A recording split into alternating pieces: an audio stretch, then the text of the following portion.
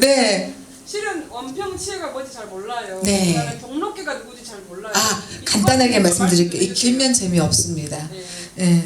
저희가 동학농민혁명 그러면 고부봉기를 생각합니다. 그런데 고부봉기가 있기 전에 1893년에 그 전해 봄에 같은 시기에 충청도에서도 집회가 있었습니다. 집회의 옛 표현이 모일취자에서 취해를 쓰는 거예요. 저희가 지금도 원평치해 집회 그러면 시 군중들이 모이는 걸 오해하실까봐 취해라는 표현을 씁니다.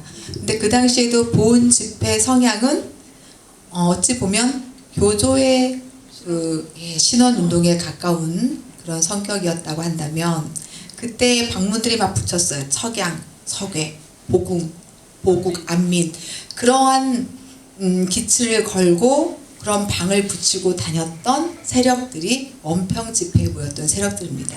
보은에까지 가서 그런 방을 붙였던. 그래서 굉장히 급진적이었고 정치적이었고 실제 정말로 행동을 하려고 했던. 그래서 조만간 원평에 이렇게 개소 335 모여서 1만여 명이 이루어지기까지는 보은으로 곧장 달려가서 같이 합류해서 이제 제물포로 달려가고 또 한양에 들어가서 임금님을 직접 만나고 이제 그럴 거라고 생각을 하고 원평에 계속 모여든 거예요. 그런데 보은 집회가 해산이 됐습니다. 그래서 원평 집회도 뭔가 굉장히 뜨겁게 타올랐다가 이제 해산이 됐죠. 녹목기도 다가왔고 그런 게 원평 집회였는데 저희는 그 원평 집회를 원평 취해를 당시 기록에는 금구취해로 기록하고 있습니다. 왜냐하면 행정구역상 그 당시 이곳 이름이 금구현에 속해 있는 원평이었어요. 그래서 현의 이름을 따서 금구취해라고 했고 지금은 행정구역이 바뀌었기 때문에 저희가 원평 장터에서 벌어진 집회였기 때문에 원평 집회라고 하고 있고요. 그런 굉장히 역사적인 전라도 사람들이 1만명이 모여서 집회를 열었다라는 거 장터에서 쉬운 일이 아니잖아요. 그래서 그런 정신을 본받아서 좀 그런 정신을 이어서 우리가 이 시대에 맞게 뭔가 가만히 있게 너무 부끄러운 거예요. 근데 아까 헌재평 선생님께서 제 1회이신 줄을 아시는데 사실 12번째입니다. 근데 저희가 좀 책임이 있어요. 너무 살림이 어렵다 보니 좀 하다가 지역 그 모악산 축제와 합했어요.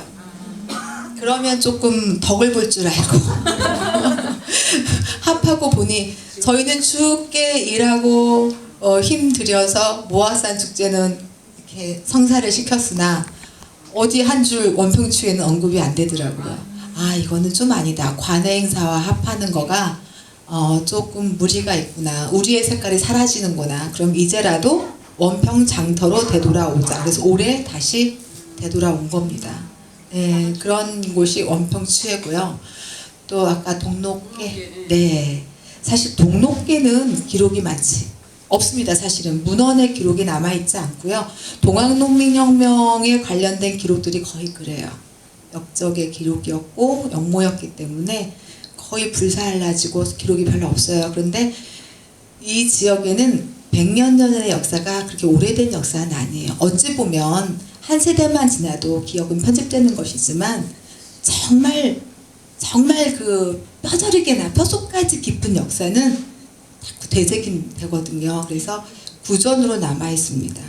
그래서 지금은 많이 사라졌는데 예전 어르신들은 동록계를 다 기억하세요. 어르신들께 아버지, 어머니, 할아버지부터 다 들었던 이야기들을. 그래서 이 동록계라는 뜻이 사실은 동네계라는 뜻입니다. 그게 동네계, 동네계라는 뜻이었고 이름 없는 백정을 불렀던 호칭이었어요. 동네계 하다 보니 발음이 격음화돼서 동록계가 된 거고요.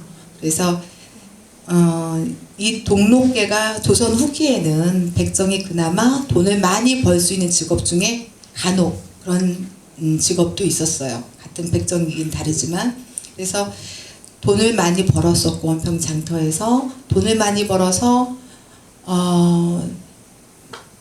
집이 몇 칸 있는 집을 지금 현재 집강소는 집원이 한 10개로 분리되어 있습니다. 그러니까 지금은 130평이 전부지만 당시에는 굉장히 넓었던 거죠. 집은 10개로 쪼개져 있었으니까. 근데 그 일대가 다 동록계의 사유지였고 그 정도로 부자였어요. 조선 후기에. 그런데 그가 아무리 돈을 많이 벌었어도 사람다운 대접을 못 받았고 신분차별이 심했고 그가 원했던 건 평등한 세상. 이제 그러면서 그 나름대로 많이 깨달음을 얻었겠죠.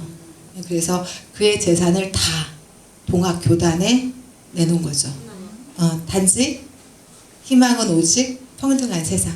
그걸 만들어 달라고. 그래서 사실 저희가 원평직간소는 김덕명 장군 또 전봉준 장군께서 주재하셨던 굉장히 중요한 역사적인 산실임에도 불구하고 저희가 동록계를 더 이렇게 드높여 드리는 것은 어떤 영웅들은 시대에 충분히 많이 불려졌고 또 기록되었고 근데 동록계의 기록이 없어요.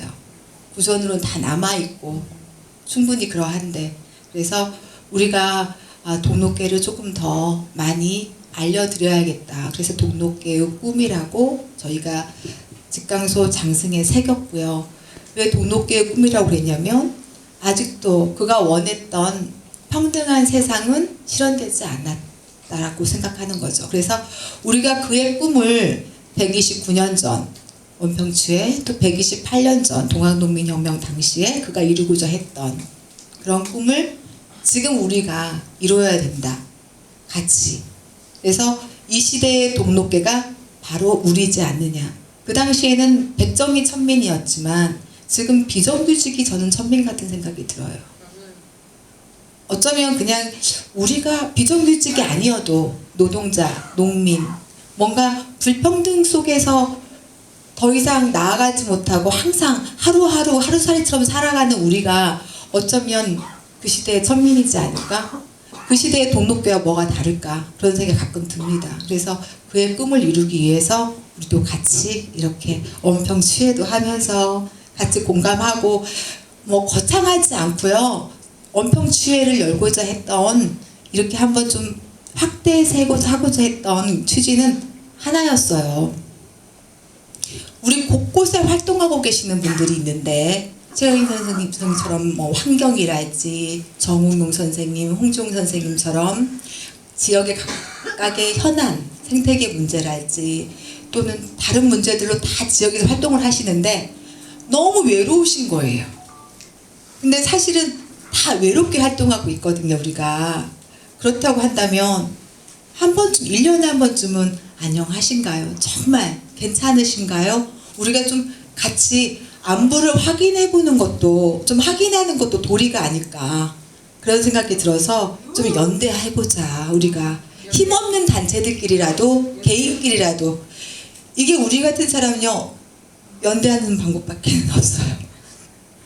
똘똘 뭉쳐야 돼만 살아갈 수 있는. 그래서 원평치의 취지는 그겁니다. 그래서 정읍으로 우리가 임실로 달려갈 수 있었고 또 모르죠. 내년에 원평치에 어느 지역에 또 어느 활동가가 외롭거나 어느 지역이 좀 외로우면 우리 또 달려갑니다. 밥에서 뭐 그러는 거죠. 뭐 그렇죠.